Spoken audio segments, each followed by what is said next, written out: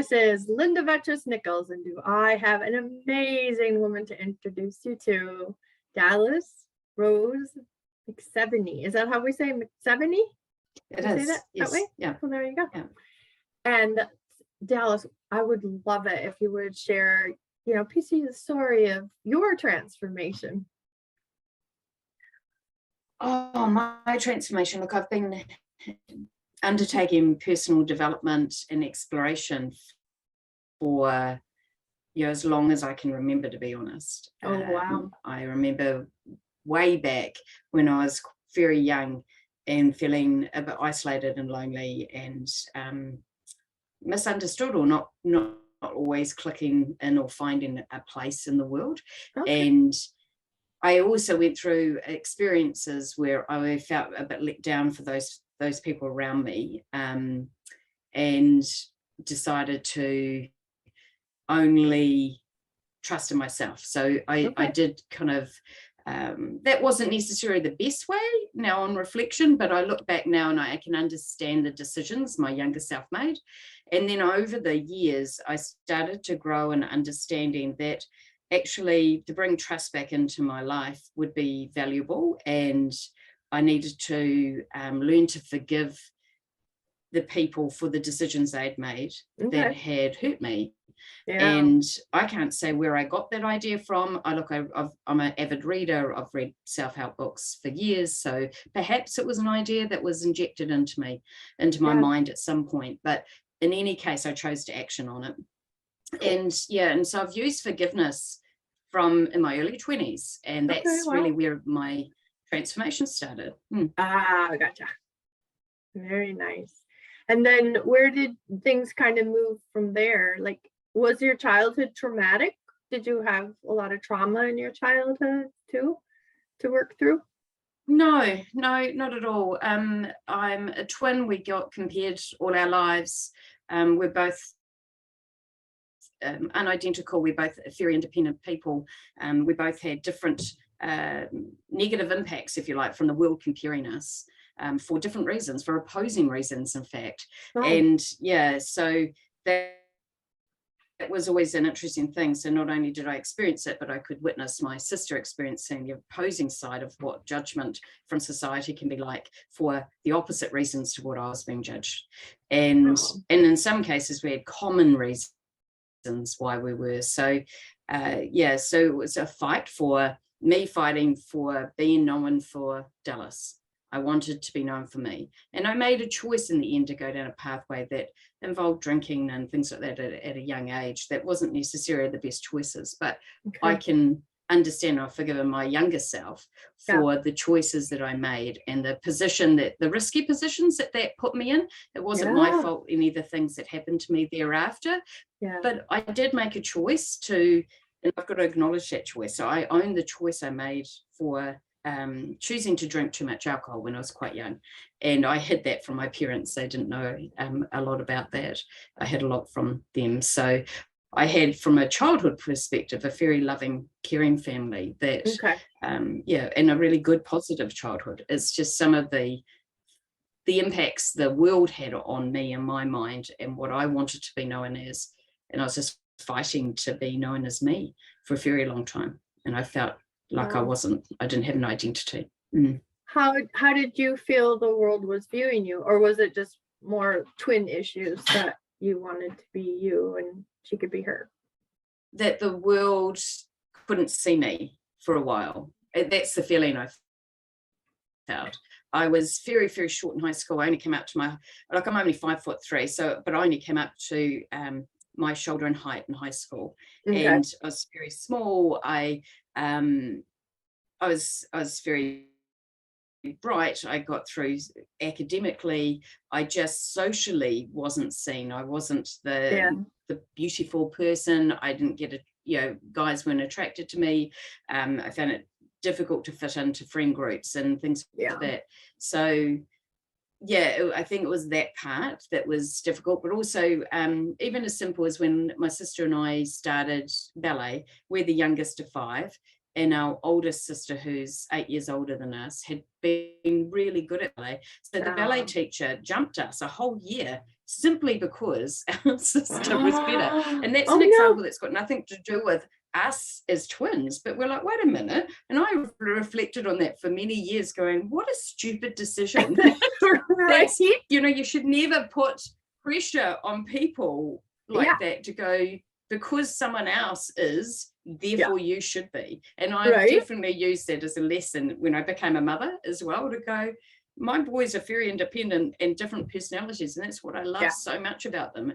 And when I see them struggle, especially my youngest, with comparisons about his abilities to his oldest brother, I help him try and refocus on the things where they actually have difference in strengths, and they both do, and they're equally as good as each other. It's just that one will be more this way than that way, because that's what the way their brains are wired.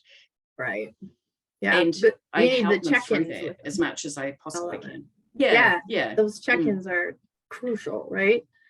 Yeah. So, I mean, it was, a little bit about just struggling probably more through teenage years, where I felt that I wasn't seen. And it wasn't that I wasn't seen for my family. I was loved and seen for my family, and supported. It was more about the rest of the world and who I was, and just fighting to just, I don't know, be a teenager, be something, try and work out what do I want to be. And because the world always compared us, I didn't know what I wanted to do in the end. I studied the violin. I had older relatives compare me to a great uncle I'd never met, so I stopped the violin.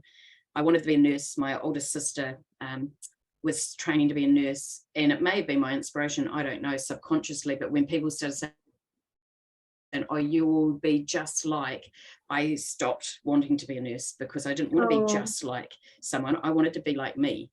And bless them, I've got aunties who had said, when my twin sister and I were going through our struggles, one kindly, with the best of intentions, said to me, sorry, you were born with the brains and she was born with the looks. And I know within my heart that that person said that with the best of intentions, thinking they were being helpful. But man, that was, poured that salt was into not a wound. what was needed. Absolutely. And you're like, oh my goodness. So I just always saw myself as an ugly duckling. I didn't think I was attractive for many, many years through my teenage years and into my 20s before I started working on that. Yeah. And then did you go into corporate? You worked in corporate and had some struggles there too, right? I did. I mean, I started off as a dental assistant initially, and did that for a number of years, and then realized as much as I was good at the job, it wasn't going anywhere. There wasn't any other advancements or opportunities, and it wasn't, I couldn't see myself being that role for all the rest of my life. So I left there and did some casual work in the dental industry for about a year before I found my way into a corporate banking career. And the first years of that were a lot of fun, and forming friendships and learning new things, and tapping into the skill sets that I have used ever since, which is to do with transforming and changing and problem solving. And I've had a huge amount of growth through that career trajectory. Cool. But I also faced some real interesting challenges against really strong personalities, and at the same time had some huge amount of support from other really caring souls that are there to help you and guide you. So I've had more of the support than I have had the challenges. But near the end, when I finished a 20-year corporate career, I chose to leave primarily because my values weren't aligned with the organisation at that time. And I didn't like seeing how people were being treated for the sake of other people's advancements. And me being me, I find it very difficult not to express that verbally to people. So I knew that would be career damaging. Also knew that the environment that I was in at that time, senior management didn't want to hear that. It was some people in senior management that I was unhappy with. So they weren't wanting to hear that at that time. And so I thought, well, it was best for my interests for me to leave a career that I loved. Yes, but your team was winning awards. Really interesting Well, yeah, that's right. And Yeah.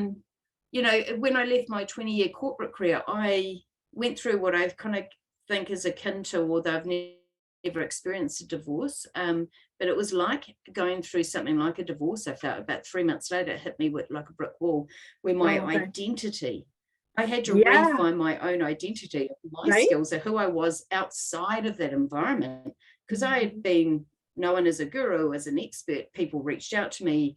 I had all this history, it's knowledge. I was there to help solve complex problems. Now I wasn't in that environment. I was out on my own. So who Yeah. was Dalice? Who am Oh, I? Yeah, and yeah. that was a really interesting experience to go through, where I had to grieve what I thought I was losing. And at the end of that, realized I actually wasn't losing it. That I was that person there, and I'm that person today as well. I didn't need Mhm. to be in that environment to have the skills that I have. It's as those skills shone in that environment because of the nature of the roles that I was doing. Wow. So, yeah, that was a really interesting awakening process that I had to go through over a few That's months. awesome. Thank you so much for sharing. And now you organically are teaching gratitude classes. Tell us real quick how that happened. Yeah, look, I have practiced gratitude for decades, probably not even before I realized it was called gratitude. Mhm. I was using that to help get myself through. I'm a person who sees the light in a dark room. I always have been. That's the way forward for me. I'd like to see the good in humanity, not the bad. Yeah. I like to, and I wholeheartedly believe that that makes for a happier person. It's Mhm. not to get away and ignore the problems. Of course, there's problems in this world, but solving the problems by being critical, mean, judgmental, Yeah. those types of things isn't going to get us For anywhere. sure. It's just going to get us more toxic and create Yep. more problems. So Yeah. that's been my attitude throughout life. Then met some people online at the beginning of the lockdown, Uh-huh. and and there's a group of us that end up being asked if we'd be gratitude ambassadors from Kevin Munro, and and that was really exciting. I love the idea of being asked to be that, and it's the first time I've really thought of myself as a gratitude ambassador. Change my LinkedIn profile to add that as a role that I Mhm. believe in.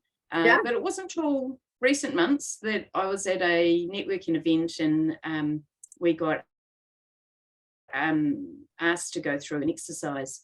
And up in that to that point, I would see myself as doing transformational change, if you like, change for businesses in a more logical, technical sense, but Uh-huh. also from a coaching point of view, transformational change for individuals. Nice. And in this event, I went, oh, actually, gratitude ambassador. I would like to incorporate that into what I'm doing with people, because I believe so wholly in it. I live and Yeah. breathe it. That's Nice. something I can do like really easily, if you Yeah. like, without a lot of thought. So I Yeah. wrote it down, and I didn't do a lot with it after that, other than one video. I was doing some videos every week and Yeah. posting them, reflection videos, They were and one great. of them was on gratitude. And I did that one, and then after that, someone reached out to me from a corporate banking environment and said that they had a team strategy day coming up the following week, like within 4 days away, Uh-huh. 4 or 5 days away. Would I talk to their group for half an hour about gratitude? Cool. They would like to have a segment in that day that's about their people learning more about how to see positivity in their lives, especially with what everyone's gone through in the last couple of years. So Yeah. in my head going, I've got no material on this, and going, but I had this internal fight, and the other side of me going, Right. doors opened, don't close this door, just walk through the door, say yes. So I did. I just went, okay, yeah, sure, I'll pull something together. So that weekend, literally pulled together a presentation that I delivered for them, Nice. and and ran that. And then they, at the end of that, invited them to take up a 28-day gratitude immersion challenge. And Beautiful. by the end of that week, they had come back to me and said, yes, they'd all like to sign up for that. So we've been running that for the last 3 weeks. And every Friday we have what I call a joy session, which reflects and reflects on the past week, introduces the theme for the following week, and helps we have discussion about what is gratitude, what was our reaction to the different things that we've been doing in the last weeks. Nice. And for me, that's helped kind of embed the learnings that they've had, but also it's a little bit of accountability coaching. Yeah, if I have to check in at the end of the week with someone about how I've been going with gratitude and my journaling and my experience, right. And with my team, because this is a team as well, then potentially I'll keep to it a little bit more. Okay. I'll dedicate myself to that, because forming new habits is hard, right? We've got to be dedicated and motivated to do it. For sure. And so having a bit of accountability coaching, I think, is really useful when you're trying to form those new habits. So yeah, we do a wrap up this Friday, and I'm really, really looking forward to it. They've been a great group to work with. Oh, wonderful. Congratulations. So the soul connection, right? Just at that level of your soul, who you really are, so in alignment, and things just come in, and you're like, don't say no. That's such a great story too. Thanks again. I've even, I contracted COVID for the second time in 3.5 months just recently, and it was a really mild version, but I still ran my joy session, and at the end of that my cup was overfilled with joy. Like, that was the great thing. It's like, that's the one, and this, I know very well, Linda, that you are familiar with this. The more if you give out to people and you see how they're responding in a positive sense, it bounces back at you, right? Yeah. And then all of a sudden you've got that energy as well. And that's what it was like. It was just fantastic, really fantastic. So I've been really enjoying this organically created program, if you like. I look forward to running it again. Yeah. Oh, I love that. Yeah, that's a great offering. Thank you so much, Dalice. Oh, my pleasure.